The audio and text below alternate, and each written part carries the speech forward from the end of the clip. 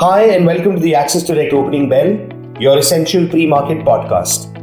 In just minutes, get key global updates, overnight trends, and market-moving factors that set the tone for the day.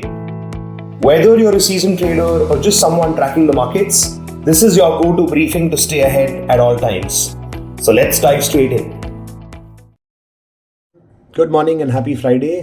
We will start with a wrap on US equities, which suffered their worst day in years after President Trump's tariff announcements saw investors run away from risky assets such as stocks.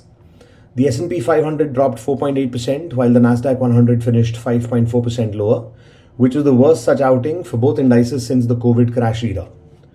Concerns about a US economic slowdown and higher inflation have spiked recently, boosting the safe haven status of bonds as growth fears take center stage. In other markets, the VIX hit the 30 mark for the first time since August. The dollar suffered its worst single-day fall in a decade. 10-year treasury yields dropped to 4%. Bitcoin remained about 80,000 despite its drop. Gold hit a pocket of volatility while oil slipped over 6% on tariffs and a surprise supply hike by OPEC+.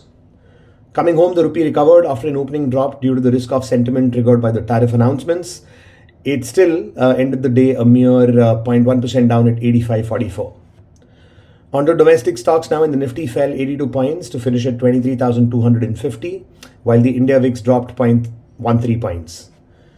The NSE 500 small cap and mid cap indexes outperformed the Nifty. 7 of the 12 main NSE sectors dropped, with pharma gaining 2.3% and IT falling 4.2%. Breadth for the NSE 500 was positive, however, with over 60% of its members advancing. The best and worst performers on the Nifty were Power Grid, which rose 4.3%, and Tata Consultancy Services, which dropped 4%. Yesterday, the market took support near the 23,141 level we highlighted, but bulls will gain the upper hand in the near term, only about 23,440.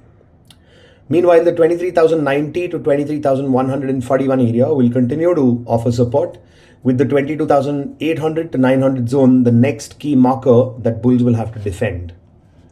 Speaking flows, provisional data showed that foreigners withdrew over 2,800 crores yesterday. The month-to-date outflow now stands at 10,200 crores. On to derivatives, and the Nifty's put-call ratio flattened at 1.12 with the latest weekly expiration, while that of the Bank Nifty went from 0.94 to 1.02. Nifty puts added were slightly more than the addition that was seen in calls, and implied volatility rose 25 basis points, which meant that on a net basis, people remained cautious for the upcoming session.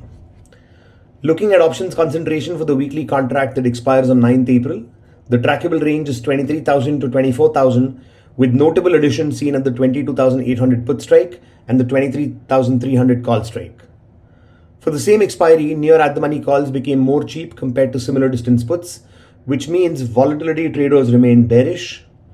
Speaking net index options activity, retail traders and proprietary traders were bearish, while foreigners were bullish.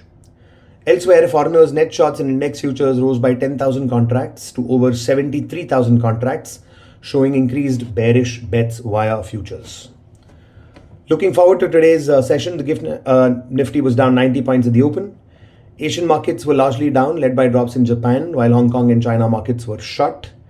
US index futures were in the red, dropping an average of 0.2%. Coming to stocks, Federal Bank and JSW Energy were at horizontal support, while Devyani, Trident and Ramco Cements were at horizontal resistance. Bharat Forge and M&M Finance were at trendline support, while Havells, Minda Corp and Syngene were at trendline resistance. Talking breadth, 61%, 35% and 25% of stocks in the NSE 500 were above their 50, 100 and 200-day averages. That wraps up the day's podcast. Please note that this podcast serves solely for informational purposes and should not be considered financial advice of any kind. For a comprehensive disclaimer, please visit our website. Thank you, and we will see you Monday at the same hour. Take care, have a good weekend, and we'll see you soon. Investments in securities market are subject to market risks.